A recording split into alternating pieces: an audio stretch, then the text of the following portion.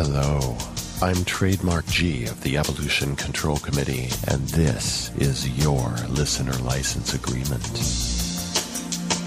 This is a legal agreement between you and the Evolution Control Committee. By listening to any portion of this musical album, you accept and agree to be bound by this agreement and its terms and conditions. You also represent that you have heard and understand all of the provisions of this agreement. You must accept this agreement before you can listen to any portion of any song on this album. If you do not agree to the terms of this license, stop listening to this album now. That was a parody of Copyright by the Evolution Control Committee. Because if you're like me, this is the last symbol you want to be looking at. In fact, you'd rather be looking at the products associated with this symbol. You know, movies, books, audio clips, videos, songs, video games, software, photographs. In short, our culture.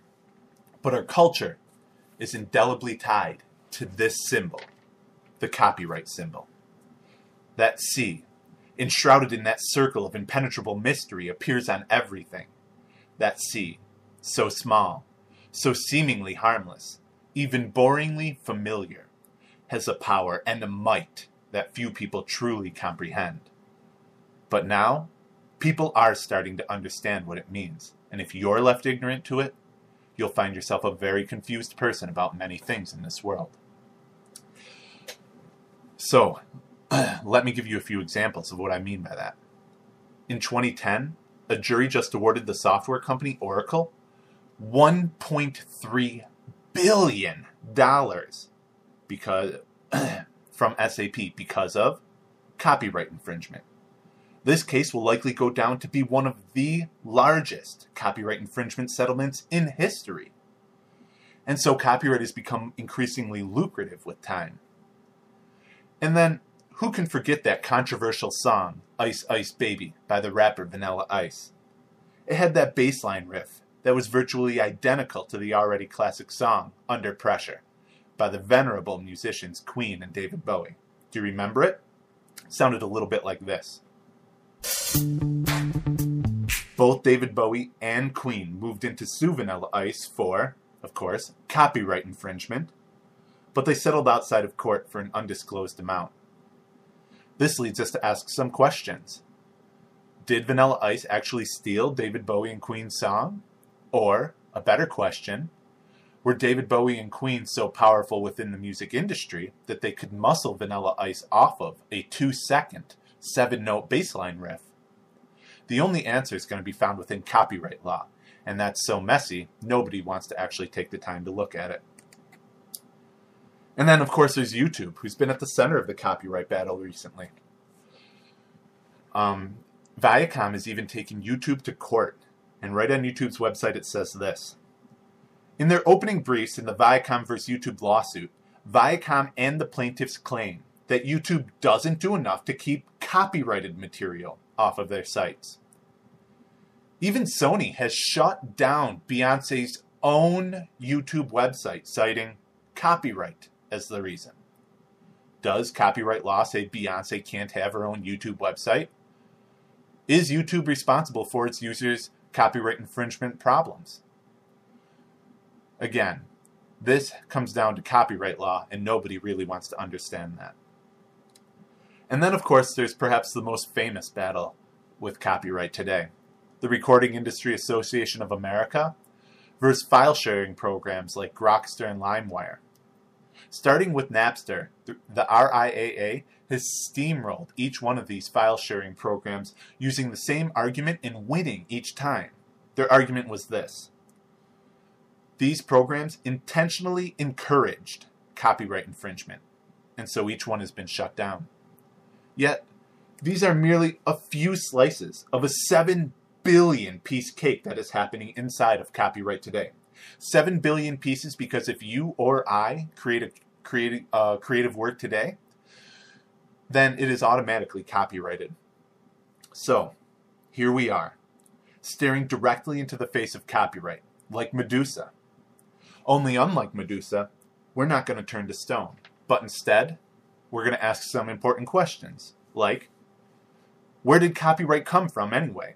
And how did it become so dynamic and pervasive to fit multi-billion-dollar software corporations inside of it and startup artists like Vanilla Ice?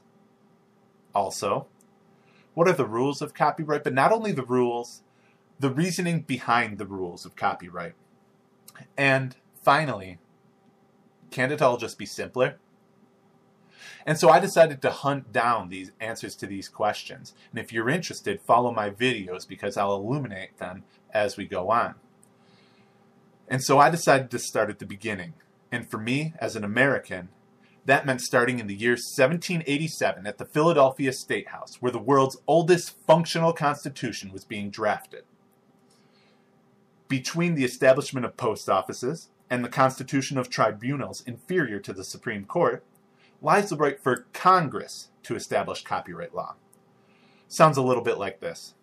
Article 1, Section 8. The Congress shall have power to promote the progress of science and useful arts by securing, for limited times, to authors and inventors the exclusive right to their respective writings and discoveries.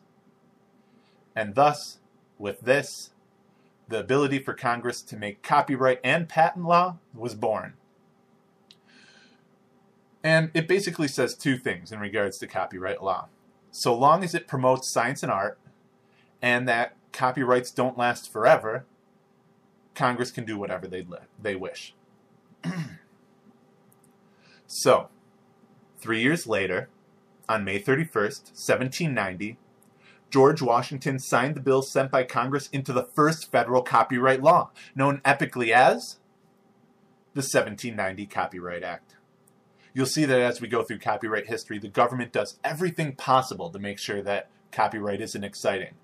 But I'm going to try and change that. So, the 1790 Copyright Act was explicitly created for the encouragement of learning.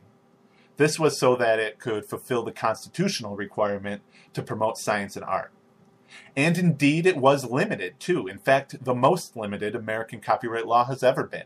It was only 14 years, initially at least. And if the author still remained alive after those 14 years, and his creation was still profitable enough for the author to go through the effort of renewal, which was a small fee, the author could then renew his work for an additional 14 years.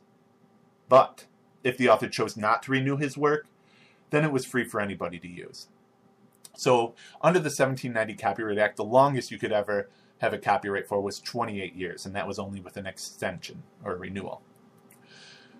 And also, the fewest amount of things could be copyrighted under the 1790 Act.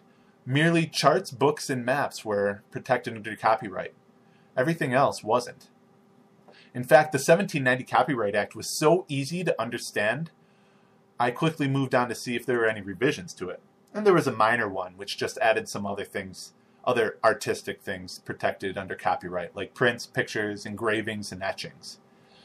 In fact, it wasn't until the February of 1831 that the first major copyright change happened that displaced the 1790 Act. And this was known as the 1831 Copyright Act, signed into law by President Andrew Jackson, the first Democrat president. So what was the major change that happened here? The biggest change was that copyright on a given work was extended from 14 years to 28 years initially. The renewal length stayed at 14 years. So while under the 1790 Act, the longest you could have a copyright for was 28 years, under the 1831 Act, you could have it for 42 years. Also, a copyright now could be extended past the death of the author by the widow or the children of the author. Under the 1790 Act, a copyright died with the author. Now, a copyright could live beyond the author, but only by the family of the author. This meant that you couldn't sell the copyright, and the copyright could be owned by somebody else after the author died. Finally, musical compositions were added to copyright protection. Now, composers were protected just as authors were. And if you'd like to see the rest of my introduction, please see the next video on copyright.